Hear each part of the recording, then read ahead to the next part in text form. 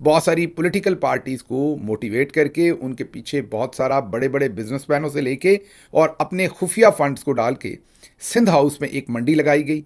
वहाँ पर ओपनली खरीदो फरोख्त की गई और इमरान खान की हुकूमत को गिराया गया। उस दिन अदम एतमाद के जो 174 174 वोट्स पड़े थे, उनमें से बहुत सारे वोट देने वाले आज खुद भी रांदाए दरगाह हैं और रो पीट रहे हैं कि ये हमने क्या किया। दूसरी तरफ अदालतों का जो किरदार था वो भी उतना ही शर्मनाक था जितना जनरल बाजवा का था। जस्टिस बंदयाल और उनके बहुत सारे ऐसे साथी जस्टिस बंदयाल समेत जिन्होंने हाथों से दी हुई वो गिरें बाद में मुंह से खोली लेकिन उनके दांत टूट गए, वो उन गिरों को ना खोल सके। उनके बहुत सारे साथी जो खुद भी बाद में इसी पूरी हैवानियत का निशाना बने जिस हैवानियत के अंदर उन्होंने उस दिन पाकिस्तान को धकेला। पाकिस्तान की बर्बादी के अगर मेन कोई आर्किटेक्ट हैं तो उनमें अगर जनरल बाजवा को रखेंगे तो साथ उन जजेस को भी रखना पड़ेगा जिन्होंने 9 अप्रैल को वो घटिया फैसला दिया था जिसके बाद पाकिस्तान जो है इन घटाटोप अंधेरों के सुपुर्द हुआ। 9 अप्रैल को आपको ये भी याद करना पड़ेगा कि जब इन्होंने इमरान खान की हुकूमत गिराने का फैसला कर लिया था तो इमरान खान ने तब भी दिलेरी से उसको फेस किया था। असम्बलियाँ तोड़ दी थी उससे पहले ही और ख़ुद इलेक्शन में चले गए थे। पूरी दुनिया में जमहूरियत में यही किया जाता है। आप अगर किसी को कहते हैं कि इस्तीफ़ा दे दें या आप किसी को नौकरी से हटाना चाहते हैं और वो खुद इस्तीफ़ा दे दे तो कोई भी महज़ब जो मुल्क होता है, ऑर्गेनाइजेशन होती है, वहाँ पर यही किया जाता है। इमरान खान ने भी बहुत ही महज़ब तरीके से असम्बलियाँ तोड़ दी थीं और इलेक्शन में दोबारा जाने का फ़ैसला किया था ताकि इलेक्शन हो, दूध का दूध पानी का पानी हो, जिसको अवाम वोट दे वो आकर हुकूमत कायम कर ले।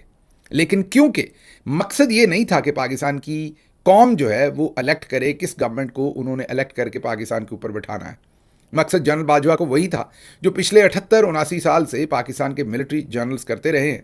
बाकी दुनिया के पास एक फ़ौज होती है, हमारे जो फ़ौज के ऊपर वाले जनरल्स हैं उनके पास एक मुल्क है, इसलिए हमेशा उन्होंने अपना फ़ैसला इम्प्लीमेंट और मुसल्लत करना होता है।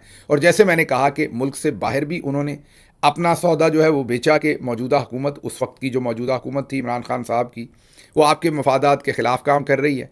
और मुल्क के अंदर भी उन्होंने जो मंडी लगाई वो आप सब ने देखी। उसके अंदर लातादाद उस दिन की मैं ये कहूँगा इन्फॉर्मेशन है, तफसीलात हैं।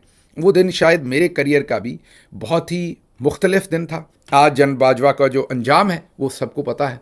आज वो अपने घर के अंदर हैं।